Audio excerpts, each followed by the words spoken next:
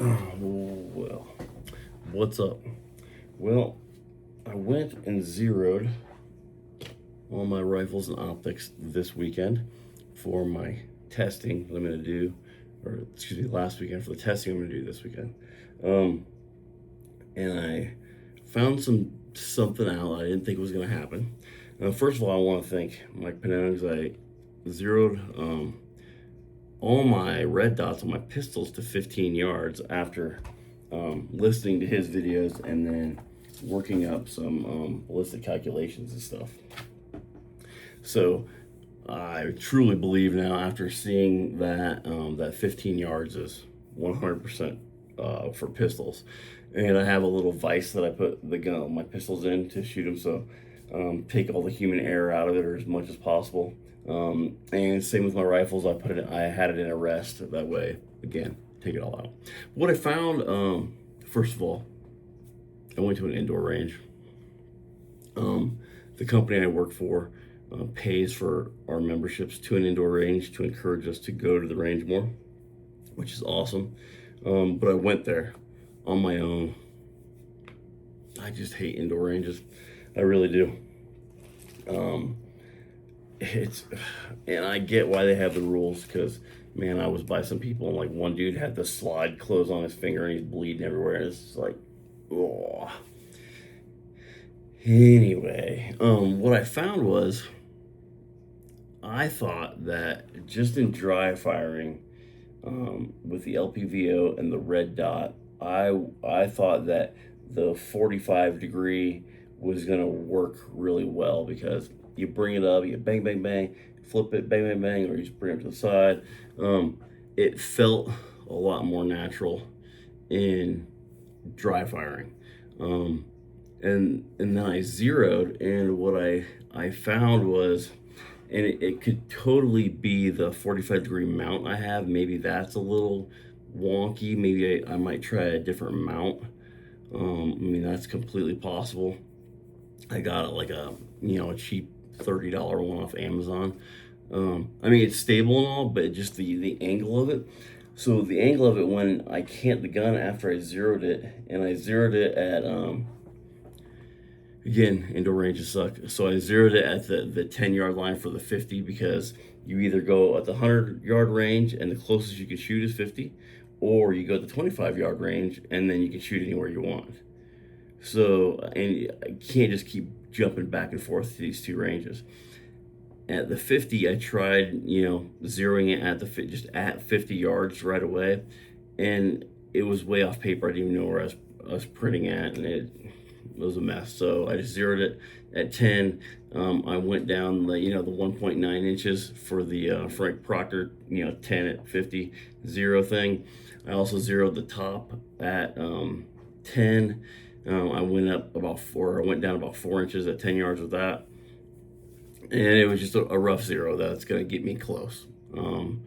Again, I can't go back and forth. What I'm going to do is next weekend go out to 50 and just see where I'm at with that, and then if I got to adjust them a little bit, no big deal. So, but yeah, what I found was I canned that, and the dot, after zeroing it, the dot was so low in the optic. Like, if here's the optic window, the dot was like way down here. Like, I felt like the dot was way down here because I had to get really low on the gun, and like the cant of the gun made the dot feel like it was right at the bottom, if that makes sense. Like, if you bring it up and 45, where your natural headrest would be, or your cheek rest, it's not like a straight shot. Like, you got to really like get down in the gun. And I didn't like that. It didn't feel good to me afterwards. The top mounted red dot felt a little bit all right, because I just you just kind of go like that. So that felt a little bit better as far as actually shooting.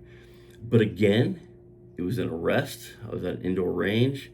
Maybe it changes when I go outside and actually start moving around and shooting. I don't know. But yeah, that was it. I do want to say though, the new 11.5 I built is a Roscoe. Roscoe barrel and a Roscoe bolt carrier group. And it's all my guns are like hodgepodges of everything. So I don't think there's a gun out there that has everything that I want. So I would have to build it anyway or change out parts anyway. So I just start from scratch and then build what I want. But I went with the Roscoe barrel and a Roscoe bolt carrier group. And bro, let me tell you what. I mean, that is I don't know if the manufacturer says it's a sub-minute gun. I have no idea. I just know at 50 yards, all three of my bullets are touching, which is awesome. Great. I've never shot a Roscoe before, so I'm just throwing that out there. I have two Ballistics Advantage barrels and other guns, and they have shot very well as well. No complaints at all. I mean, my 12.5 inch that I'm gonna use for the testing next weekend, it's a Ballistic Advantage barrel and bolt carrier group, and that's a sub MOA gun too. And again, I don't have no idea if these manufacturers say that they are. I just know shooting it, that's what it is. Amazing. And I just want to give a shout out to Roscoe because it was great. I've heard nothing but good things, but I have never actually shot one, so good shit on Roscoe. So yeah, so let's go over real quick what I'm going to do. So I made this thing up right here. What it is, across the top is, it's early. I don't know if you can tell, it's just very early. I have red dot LPVO top and 45 degree. And then what I have is I have a time and then hits for Alpha Charlies and all that, right? So what I'm gonna do, and this could all be subject to change, but right now in my head, this is kind of what I'm thinking. We're gonna go start at 100 yards and just shoot 5 rounds from standing. I never once gotten the prone in combat. Never. Never once. So I'm not gonna shoot from the prone. The place where we go, it's gonna be, to get to 100 yards is gonna kind of suck anyway. So I'm gonna shoot standing offhand. I'm also just gonna shoot steel. I got a small, like a C-zone steel. I'm just gonna shoot that. So I'll probably just go, how many times it took me to get the hits, and then the time. And then I'm gonna move it up to 40 yards. I'm gonna shoot some doubles. And then I'm gonna do kind of like a running into position, stop shooting, like run, stop, get up and shoot, see how long that takes. And then I'm going to shoot 25-yard doubles. I'm going to run into 25 yards to shoot, and then I'm going to shoot 25-yard doubles. Then I'm going to kind of run towards like the 15 and shoot whilst I'm running / jogging. I saw when I got trained by those Delta Force guys for a week, they did that, and I was so amazed. And this was back 07, 08. One of those two. Bro. Anyways, it was very super impressive. So I'm gonna do that. And then I'm gonna go to like 2 or 3 transitions, like have 2 or 3 targets of that transition. I'm gonna do 10-yard doubles, 5-yard doubles. And then I'll do kind of a at the 40, shoot 5, run to the 25, shoot 5, 15, shoot 5, 10, shoot 5, 5, shoot 5. At the 5-yard line, shoot 5, and then 2 to the head, something like that. At the 5, I'll shoot doubles at the 5, and then run back to the 25 and shoot doubles, and then kind of add everything up. See how many misses I have. See what my target array looks like. I'm going to now, again, I have a lot of time on red dots and not very much time on LPVOs. I have done a whole bunch of dry firing with the LPVO at home over these last like 2 months, but again, that's dry firing. It's not the same. So I will get out there and try to run around and do this. I have to find a place. So in Colorado, we have a bunch of different places that is open to the public for shooting. We've had a couple wildfires and they shut those places down for a little bit. I don't know if they're back open. So I'm gonna have to find a place to do this. We'll see. Oh, also I zeroed everything for a 50-yard zero. After doing the math and the calculations on here, 50 gives me, at most, at like zero, at like 3 yards, a 3.9 inch deviation from the top mount on the LPVO, right? But it gives me a good zero, a 4 inch, let's just call it 4 inches, right? 4 inches from zero all the way out to like 220, 240, depending on the gun, right? So because of that, 4 inches, it's basically put a dot where you want to hit it, unless you're going for a headshot, you gotta have a little bit high. That's it. At 200 yards, you're good, right? 4 inches, guys. 4 inches, that much. You're good. So I like that zero. That's why I like the zero. It's a good zero for me. I don't think I'm ever going to shoot anything past 200 yards,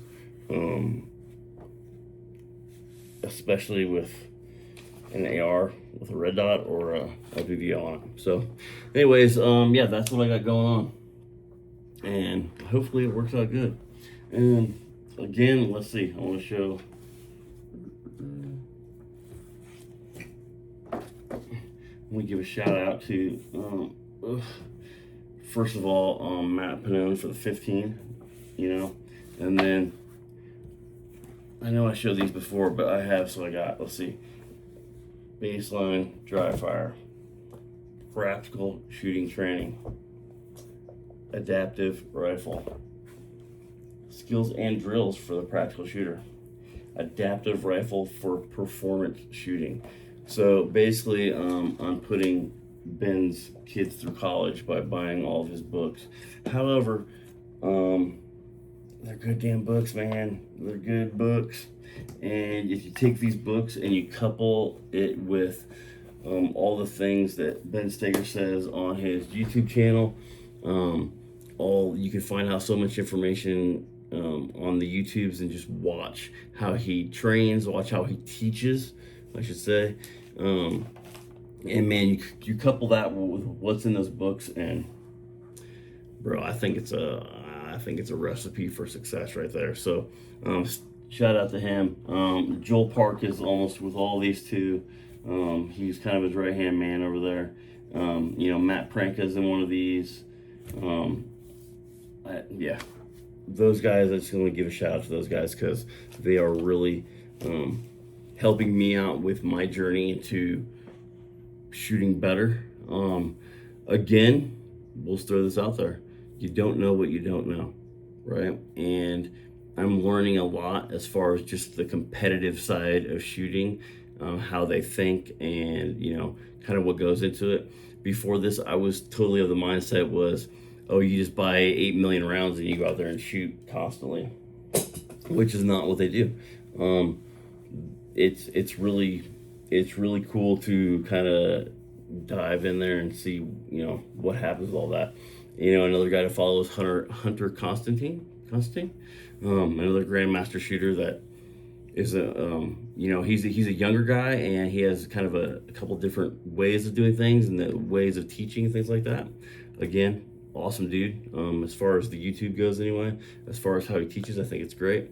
So shout out to those guys. Thank you very much. I can't thank them enough, because they've really opened my eyes to a lot of things. So anyways, done with this. I'll give another update when I'm out there, and we'll see what the results are. Peace.